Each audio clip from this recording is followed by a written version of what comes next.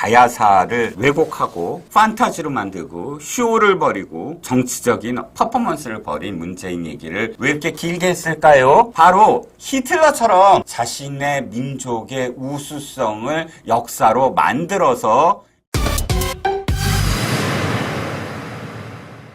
지금 문재인이 역사를 왜곡하면서까지 가야를 완전히 복원한다는 핑계로 가야의 어떤 역사를 전면에 내세우려고 했다는 겁니다.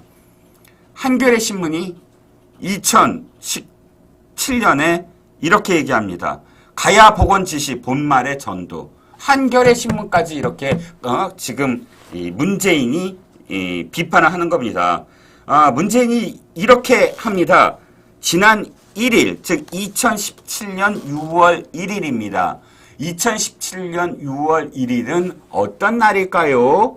바로 문재인이 5월 10일, 그러니까 2017년 5월 10일, 한 달쯤 전에 당선이 되지요. 투표일입니다. 5월 10일은. 그래서 투표해서 당선이 되자마자 한 달도 안 지난 그 다음 6월 6일 날 이렇게 지시를 합니다. 지시예요. 어떤 지시?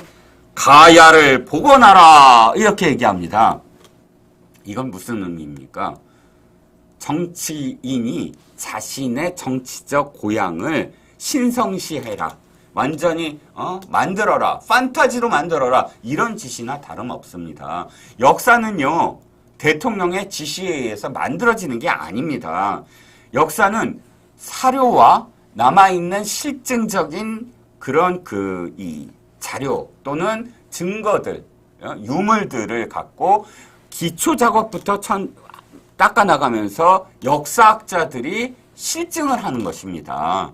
실증되지 아니한 자료가 없는 유물이 닿지 않는 증거로서 여러 학자들이 그것을 입증하고 검증하지 아니한 단계에서 가야사가 복원되고 말고가 아니거든요.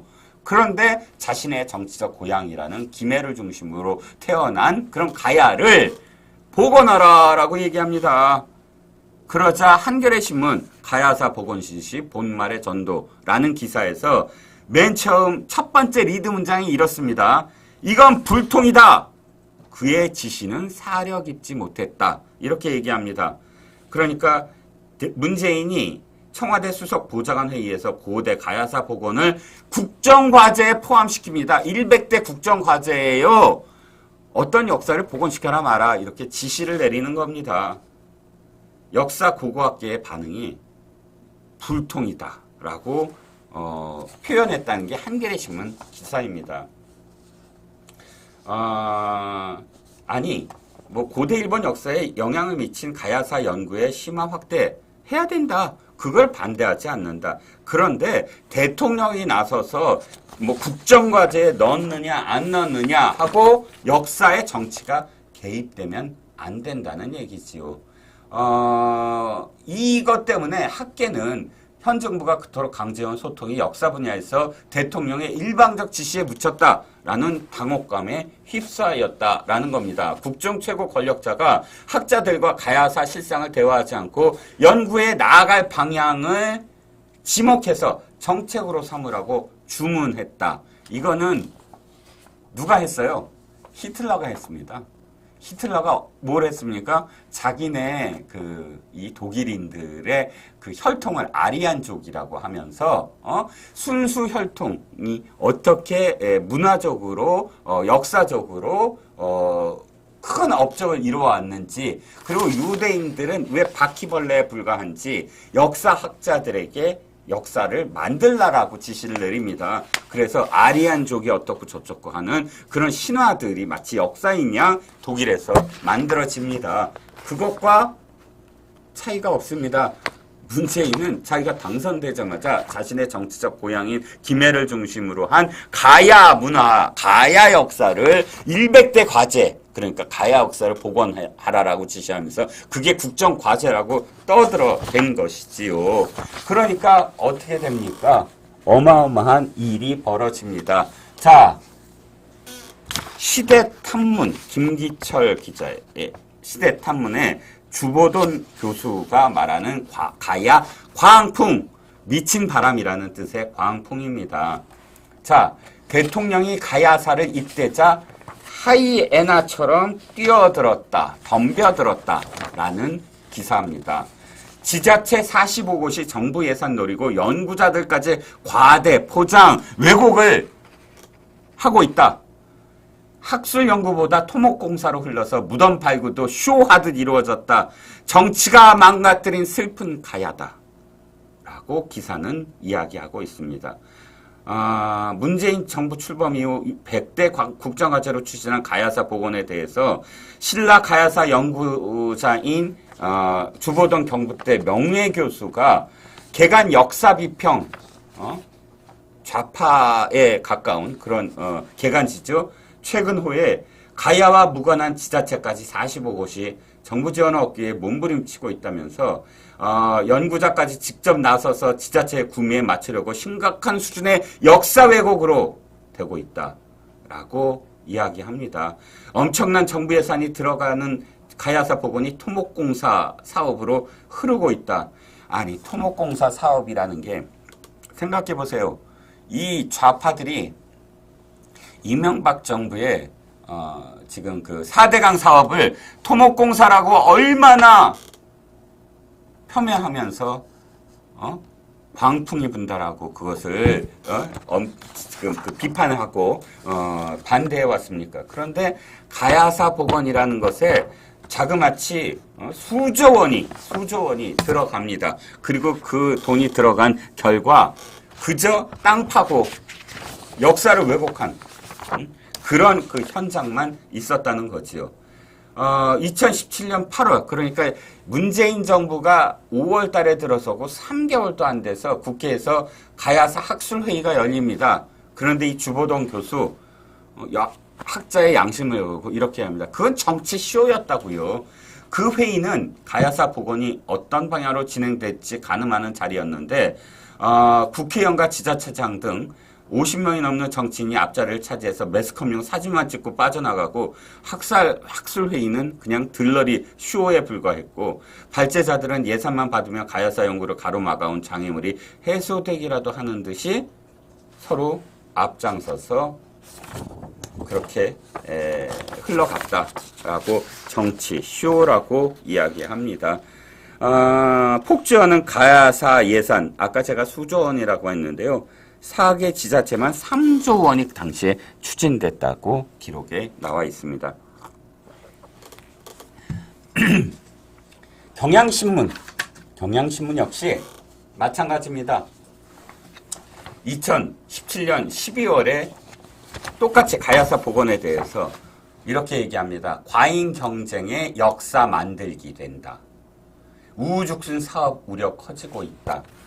그러면서 이렇게 얘기하죠. 왜 삼국시대 때만 기록이 됐느냐. 삼국유사, 삼국사기. 가야사를 뺀 건 음모였다. 사국시대가 돼야 된다. 라고 주장하는 정말 사이비 유사학자들이 엄청나게 쏟아져 나왔다는 겁니다. 아니, 가야사가 상대적으로 다른 삼국에 비해서 굉장히 연구가 더딘 건 맞습니다. 연구 더 해야 되지요. 하지만 역사는 어떤 것이지요? 남아있는 그런 사료가 있어야 되고요. 그리고 유물이 있어야 되고요. 그 유물과 일치되는 여러 가지의 어떤 증거들이 학자들에서 검증되면서 하나의 역사로서 우리가 인정을 하는 것입니다. 사료가 부족한 그만큼 우리가 가야를 폄훼할 이유는 없지만 그러나 사료가 다른 삼국에 비해 삼국은 있으니까 거기에 대해서 그만큼의 역사가 계속 연구가 될 수밖에 없었던 것이죠. 사료가 없는데 그 사료를 만들 수도 없고요. 나오는 유물들은 모두 다 이건 무슨 가야의 어떤 유물이다 라고만 주장할 수도 없는 것이고요. 그렇게 되다가는 사실 일본이 주장하는 임나일본부가 바로 가야였다고 일본을 주장하고 있거든요. 그런 임나일본부를 마치 사실이냐 인정하는 그런 결과가 될 수도 있다라고 당시에 많은 학자들이나 또는 가야를 다시 회복해야 된다라고 주장해왔던 가락 종친회에서도 사실은 우려를 표명했던 일이었거든요. 그래서 역사 만들기가 너무나 자행됐던 그런 부분이 있었고요. 대한뉴스에서도 이렇게 얘기합니다. 문정부 국정과제 가야사 복원 부실 집행 사업의 표본이다 라고 이야기하면서 대통령 언급 사업이라는 이유로 무리한 예상 증액과 미집행이 반복되고 있었다 라고 당시를 회상합니다. 이게 2021년 기사입니다. 특히나 학자들이 가장 최악이라고 지적하는 부분이 2020년에 행한 국립중앙박물관, 무려 국립중앙박물관이에요. 이게 한국문화재청이 주체가 됐었겠죠. 국립중앙박물관 특별전으로 개최된 가야본성 칼과 현이었다고 합니다. 학계에서는 가야계인지 신라계인지 논란이 계속되고 있었던 유물들도 몽땅 가야계라고 소개하거나 사료적 근거가 부족한 내용을 설명문에 전부 다 넣어서 전설과 판타지를 역사적 사실인 양 포장했다 라고 학자들이 부끄러워하고 질타했던 그런 내용입니다. 그런데 문재인은 이렇게 역사의 정치를 개입시켜서 한판 쇼를 자행했던 것입니다. 제가 가야사를 이렇게 왜곡하고 증폭하고 판타지로 만들고 쇼를 벌이고 정치적인 퍼포먼스를 벌인 문재인 얘기를 왜 이렇게 길게 했을까요?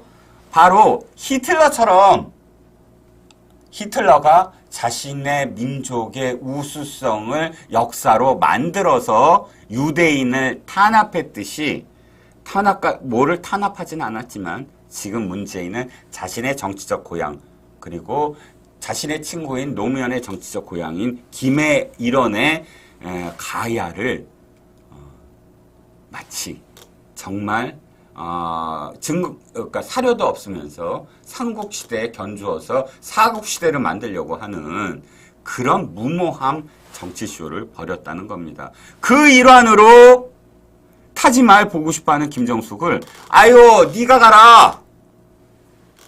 네가 가서 우리가 지금 이야기했듯이 화왕후보를 그렇게 기리면서 가락국을 높이 띄워라.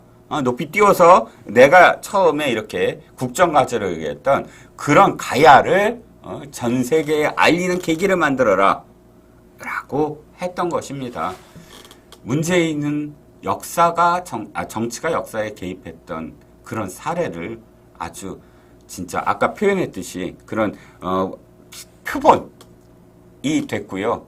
그래서 자기의 부인을 왕비로 등극시키려는 그런 환상을 갖고 있었다는 거죠. 아니요. 저는 하나만 더 붙이겠습니다. 진성준은 가끔 아주 이 천기를 누설해요. 어떤 천기? 이렇게 얘기하잖아요. 김정숙이 아요디아에 간 건 엘리자베스 여왕이 안동에 간 것과 마찬가지다. 그렇지요.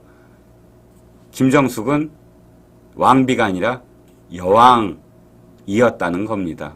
문재인 정부의 여왕, 문재인 왕국의 여왕, 문재인 왕국이 아니라 김정숙 왕국이었다는 겁니다. 김정숙이 그래서 이 진성준이 바로바로 얘기가 나오잖아요. 여왕과 같다고. 여왕의 행보라고. 그렇습니다.